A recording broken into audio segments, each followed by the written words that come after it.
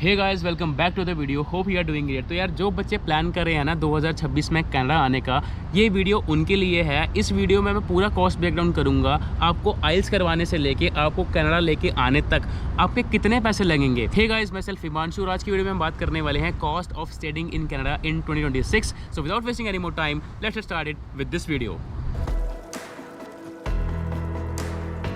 So first thing first, start करेंगे आइल्स से। जो पहला स्टेप है आपका, आइल्स की जो एग्ज़ाम की कॉस्ट है ना वो 18,000 रुपये है। और अगर आप कोचिंग करते हो तो आपके 10 से 12,000 रुपये लग जाएंगे। कि आइल्स के एग्ज़ाम के लिए सजेशन यही है कि भाई ट्राई करना कि एक ही बार पेपर देना पड़े, ताकि आपके 18,000 रुपये सिर्फ एक बार लगे। 3 बार पेपर दोगे 50,000 रुपये हो जाएंगे, जिसका कोई फ़ायदा नहीं है कोचिंग की। ये डिपेंड करता है कि आपका इंग्लिश में हाथ कितना है। ठीक है, मतलब हाथ कितना का मतलब कितनी स्ट्रॉन्ग है आपकी इंग्लिश। कुछ बच्चे होते हैं जो यूट्यूब से देख के कर लेते हैं, और आज की डेट में वैसे भी चैट जीपीटी का ज़माना है। ठीक है, आप एआई का यूज़ करके आप ईजिली अपनी प्रिपरेशन कर सकते हो। बट आपके 10-12,000 रुपये लगेंगे कोचिंग के। मैंने कोचिंग ली थी, मेरी इंग्लिश ठीक थी, बट मैंने फिर भी कोचिंग ली थी बिकॉज मुझे डर था कि मेरे 15,000 रुपये 2 बार ना लग जाए। ठीक है, तो मैंने 6500 रुपीज़ दिए थे कुछ 15 दिन के। तो यार आप प्लान कर सकते हो कि आपने कितने पैसे खर्चने हैं अपनी कोचिंग के ऊपर। इसके बाद बात आती है कंसल्टेशन की। तो यार कंसल्टेशन की कॉस्ट डिपेंड करता है कि आप कौन से कंसल्टेंट के पास जा रहे हो। कुछ कंसल्टेंट होते हैं जो बोलते हैं हमें 5,000 रुपये दो, हम वो कंसल्ट करेंगे, हम आपको गाइडेंस देंगे। ठीक है, कुछ कंसल्टेंट होते हैं जो बोलते हैं कि यार आपका वीज़ा आ जाएगा, उसके बाद आप पैसे देना। और कुछ कंसल्टेंट ऐसे होते हैं जिनकी कमीशन होती है कॉलेज से। मतलब कमीशन तो सबकी होती है, लेकिन वो आपसे पैसे या फीस नहीं लेते हैं कंसल्टेशन के। वो सिर्फ आपकी फाइलिंग से, जब आपकी कॉलेज की जाती है तो कॉलेज उनको एक पर्टिकुलर कमीशन देता है, तो यार उसी से कमाते हैं वो। आप पे डिपेंड करता है कि आप कौन से कंसल्टेंट के पास जाना चाहते हो। ठीक है, तो ये फीस टोटली वेरी करेगी। कंसल्टेशन से एक चीज़ मैं आपको समझा देता हूँ, आप जब भी किसी कंसल्टेंट के पास जा रहे हो ना, तो पहले भाई अपना कोर्स सिलेक्ट करके जाओ, अपना कॉलेज आपने देख के जाना, आपने रिसर्च करके जानी है, ताकि आपको वो कंसल्टेंट बेवकूफ़ ना बना पाए। क्या होता है कि कुछ कॉलेजेस और कुछ यूनिवर्सिटीज़ ना कमीशन बहुत ज़्यादा देती हैं एक पर्टिकुलर कोर्स में बच्चे को भेजने के लिए, पर्टिकुलर कॉलेज में। तो वो कंसल्टेंट ट्राई करेगा कि उसकी कमीशन सबसे ज़्यादा बने, तो वो आपको ट्राई करेगा किसी ऐसे कॉलेज या ऐसी यूनिवर्सिटी में भेजने की जिसकी डिमांड जो इतना अच्छा नहीं हो, और जो आपका कोर्स है वो भी इतना सही नहीं हो, और आपको वो वहाँ पे भेज देगा जिससे उसके पैसे बन जाएंगे अच्छे खासे। अपने कंसल्टेंट के पास जाना है अपनी फ़ाइल लगवाने, उससे सलाह लेने नहीं जाना कि मुझे क्या करना क्या नहीं करना है, क्या नहीं करना, वो आप पे डिपेंड करता है। अगर आपने अच्छे से पढ़ाई की है, आपके अच्छे मार्क्स हैं, हाँ 40-50% हैं, तो वो टोटली डिपेंड करता है कि आपकी सिचुएशन कैसी है, आप किस कंसल्टेंट से क्या कंसल्टेशन लेने चाहते हो, आप सिर्फ कनाडा आना चाहते हो, यहाँ पे करियर बनाना चाहते हो, ये टोटली वेरी करता है। आपने कंसल्टेशन ले ली, ठीक है, आपको समझ आ गया क्या करना है। अब बात आती है एप्लीकेशन की। तो जो एप्लीकेशन फ़ीस होती है ना, वो होती है $100 से $150 पर कॉलेज या फिर किसी यूनिवर्सिटी की। डिपेंड करता है कि आप कितने कॉलेजेस या यूनिवर्सिटीज़ में अप्लाई करते हो। अब मोस्टली 2 से 3 में अगर आप करते हो तो 3 की फ़ीस होगी $450, जो होता है ऑलमोस्ट 28,000 के आसपास आज की डेट में। ठीक है, और ये वीडियो मैं 24 सितंबर को बना रहा हूँ, तो आज की जो कॉस्ट है वो है $63.85। एक कैनेडियन डॉलर इतने का है। तो अगर हम बात करते हैं आपके $450 की, तो यार ये ऑलमोस्ट 28,000 के आसपास, 28,700 के आसपास आएगा। अपनी कैलकुलेशन है वो इसी के हिसाब से करेंगे। अपने कॉलेज में एप्लीकेशन डाल ली, ठीक है, आपकी सीट भी, आपको सीट मिल गई, कॉलेज ने एक्सेप्टेंस आपको दे दी, आपके पास ऑफर लेटर भी आ गया।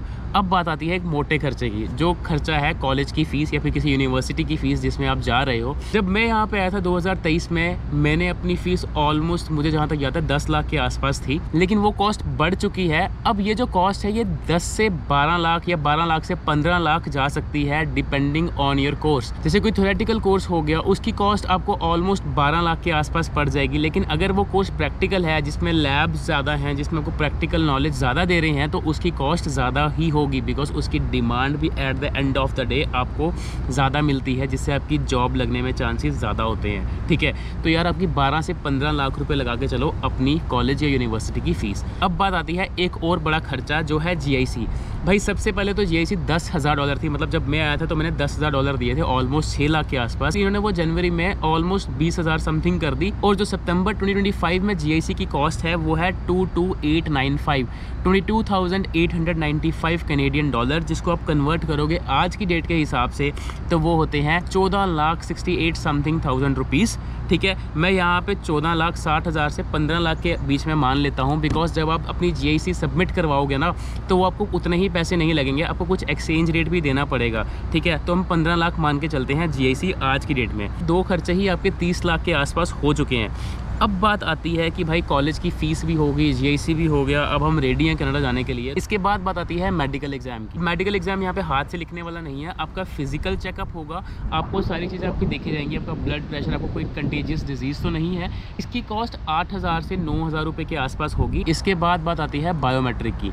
अब जहाँ पे बायोमेट्रिक की कॉस्ट पहले थोड़ी कम होती थी, आज की डेट में वो 5 से 6,000 रुपये के आसपास हो चुकी है। इसके बाद बात आती है शॉपिंग की। अब ये टोटली डिपेंड करता है कि इंडिविजुअल के ऊपर कि भाई वो कितने पैसे खर्चना चाहता है। 30 से 50,000 रुपये लगा के चलो। मैंने कुछ वीडियोस बना रखी हैं कि कौन सी चीज़ें कनाडा में लेके आनी चाहिए और कौन सी नहीं लेके आनी चाहिए। मतलब पर्टिकुलरली कुछ लोग विंटर जैकेट्स ले आते हैं, ठीक है, कंबल ले आते हैं, वो लाने की ज़रूरत नहीं है आपको। उससे आपका वेट भी इंक्रीज़ हो जाएगा आपके लगेज में और उसके पैसे देने पड़ेंगे और उसका फ़ायदा भी नहीं होगा, ठीक है। तो मैंने कुछ वीडियोज़ बना रखी हैं, आप चेक कर सकते हो। अब बात करते हैं एयरप्लेन टिकट।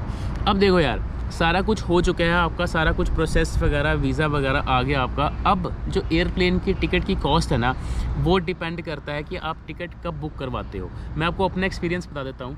मैंने 2023 मेरी सितंबर इनटेक था और जो मेरा वीज़ा था वो जून 2023 एंडिंग में आया था। तो मैंने उस टाइम रिसर्च करना स्टार्ट की, मैंने खुद से टिकट बुक की थी, जिसमें मैंने किसी एजेंट को इंक्लूड नहीं किया था बिकॉज एजेंट पैसे मांग रहे थे। मैं अगस्त 11 2023 में लैंड किया था कनाडा में, टोरंटो में।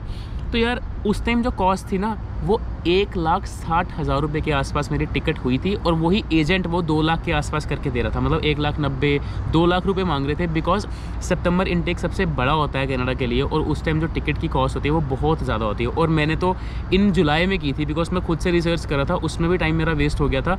तो मतलब मैंने एजेंट के 30-40 हज़ार रुपये बचाने के चक्कर में मुझे थोड़ा सा टाइम लगा, बट 1,60,000 के आसपास मेरी टिकट हुई थी। और जो मेरी फ़्लाइट थी वो डायरेक्ट थी। यहाँ पे आप अपने पैसे बचा सकते हो। अपने मार्च इनटेक में आना है और आपका वीज़ा आपके पास आ चुका है, तो प्रेफर यहाँ पे यही करूँगा कि आप अपनी 5-6 महीने पहले ही टिकट करवा लो। कुछ बच्चे जो हैं वो 1 लाख रुपये में भी अपनी टिकट करवा के आते हैं। और मेरा एक फ्रेंड था, मुझे याद है, उसने 80,000 रुपये में टिकट की थी बिकॉज उसका जो वीज़ा था वो 6-7 महीने पहले ही आ गया था। जितनी पहले करवाओगे ना टिकट, आपको उतनी सस्ती पड़ेगी। इसके बाद बात आती है इन हैंड। अब एम्बुलेंस को जाने देते हैं पर इसके बाद बताती है इन हैंड, मतलब फ्लाइट में चढ़ गए हैं, हाथ में कितने पैसे लेके आने हैं। अब ये भी डिपेंड करता है आपके ऊपर। मेरा सजेशन ये है कि अपने पास $1,000 के आसपास ज़रूर रखना। मैं आई थिंक 1,500 के आसपास लेके आया था। अब कुछ लोग बोलेंगे कि यार इतने पैसे लेने की ज़रूरत क्या है, ठीक है। देखो यार, जब आप कनाडा आओगे ना, अगर आपके पास कोई नहीं है यहाँ पे या कोई है भी आपके साथ जो आपको मतलब आपकी टेक केयर करने वाला है, देयर इज़ ए पॉसिबिलिटी जब आप कनाडा आओगे आपको बैंक अकाउंट खुलवाने में टाइम लग जाए। अगर उस टाइम रश हुआ, अगर आप बच्चे ज़्यादा आ रहे हुए या फिर आपको बैंक के अपॉइंटमेंट का टाइम नहीं मिला, तो देयर इज़ ए पॉसिबिलिटी कि आपको जो खर्चा है वो खुद से करना पड़े।